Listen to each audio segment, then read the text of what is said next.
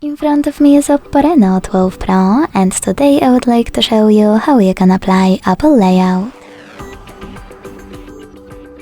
Begin by opening Play Store and downloading free app called OS 18 Launcher from Launcher Studio Developer. When it's ready, open it. Then hit Get Started. Select I agree to terms and conditions and choose Continue twice.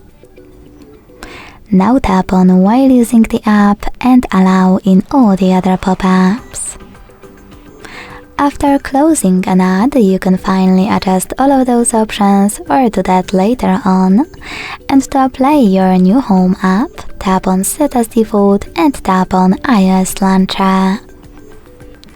As you can see, after that mine was successfully applied. If you want to go back to the default launcher, you can always do that by going back to Launcher app, tapping Set as Default and choosing your system launcher. Thanks so much for watching. If you enjoyed this video, leave a like, comment and subscribe. Bye!